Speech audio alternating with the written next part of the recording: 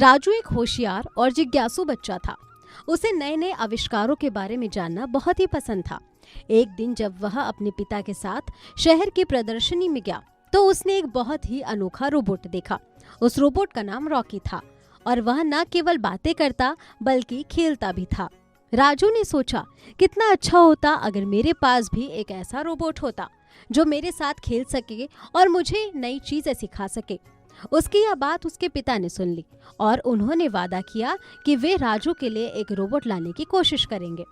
कुछ दिन बाद राजू के जन्मदिन पर उसके पिता ने उसे एक बड़ा तोहफा दिया। जैसे ही राजू ने वह तोहफा खोला, उसके सामने वही रोबोट रॉकी था।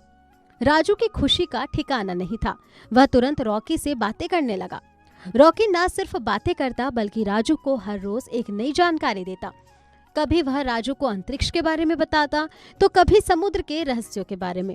रॉकी में एक खासियत थी, वह जितना जानता था उतना ही सिखाने में भी माहिर था। एक दिन जब राजू स्कूल में विज्ञान की परीक्षा दे रहा था तो उसे रॉकी द्वारा बताई गई बातें याद आ गईं।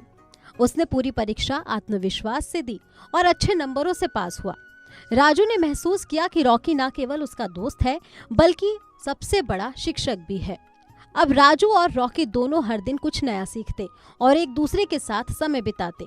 राजू को समझ में आ गया था कि सीखना सिर्फ किताबों तक सीमित नहीं है, बल्कि तकनीक और नए आविष्कार भी हमें बहुत कुछ सिखा सकते हैं।